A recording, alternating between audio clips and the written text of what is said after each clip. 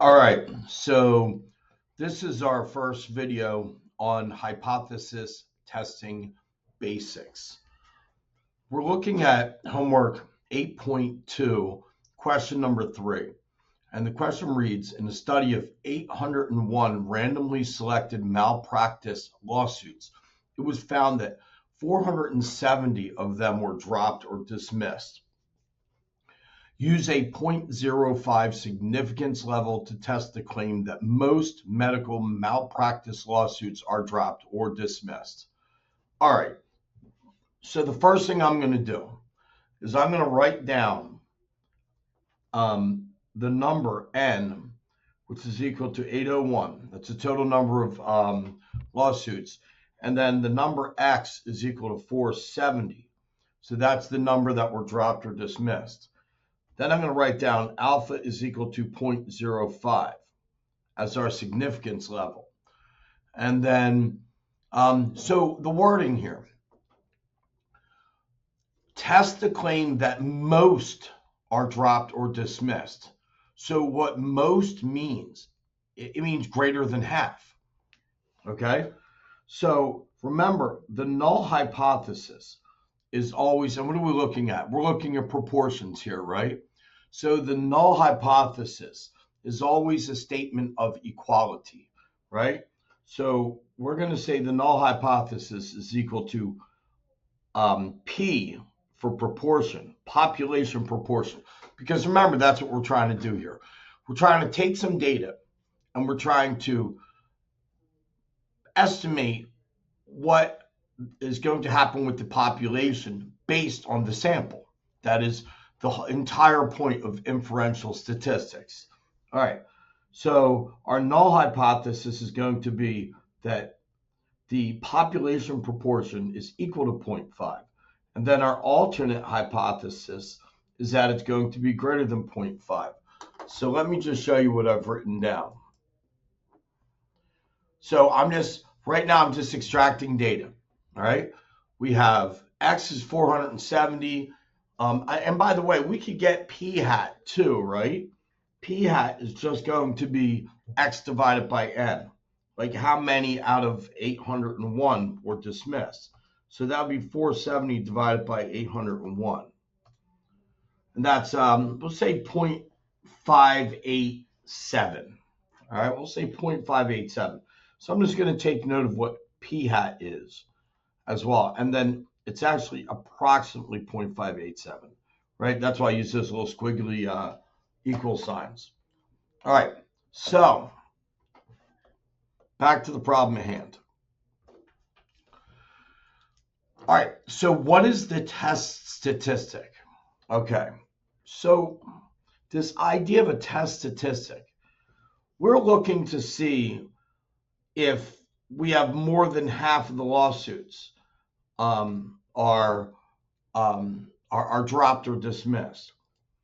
We get some data, 470 out of 801 were dropped or dismissed, and that's 0.587. So this leads us to believe that the alternate hypothesis may be true. But how do we determine that to be true, right? So, well, we're going to find a test statistic. So how do we find a test statistic? All right, so let's open up StatCrunch.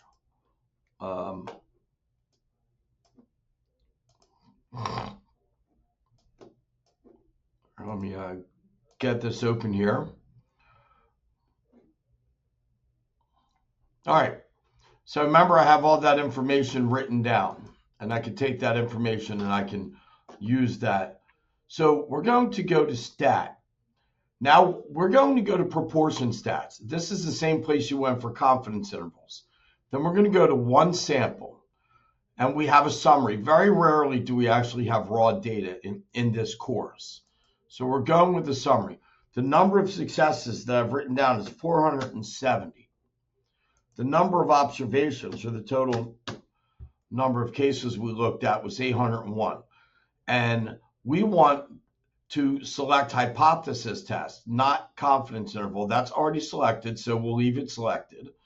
And then our Our null hypothesis is that P is equal to 0.5. Our alternate hypothesis is that P is, we have to change this to greater than 0.5.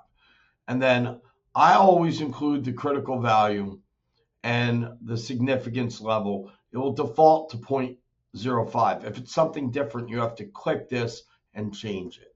So now I'm going to hit compute. All right. And here we have our results. And this is, in fact, everything that we need to know.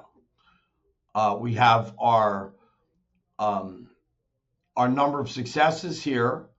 What we're testing, the population proportion, number of successes out of the total number, our sample proportion p hat, standard error, our z statistic, which is 4.91. I'm going to write that down. So this is our test statistic. So I'm going to write that down. It's equal to 4.91. I'm also going to write down our critical value. That's 1.64 approximately. All right, so we're going to write down our critical value. And then we have a p-value that's less than 0.0001. And as a general rule of thumb, if the p is low, the null must go. In other words, a low p-value suggests that we should reject the null hypothesis. And look, and here's, I've entered all the numbers here, 4.91, 0.000, like that's a very low p-value. That's less than our significance level of 0.05. If the p is low, the null must go. If the p is lower than the significance level, then we reject the null hypothesis. And then the final conclusion is that we have sufficient evidence to support the claim that most medical malpractice lawsuits are dropped or dismissed. Okay, so that concludes this lesson.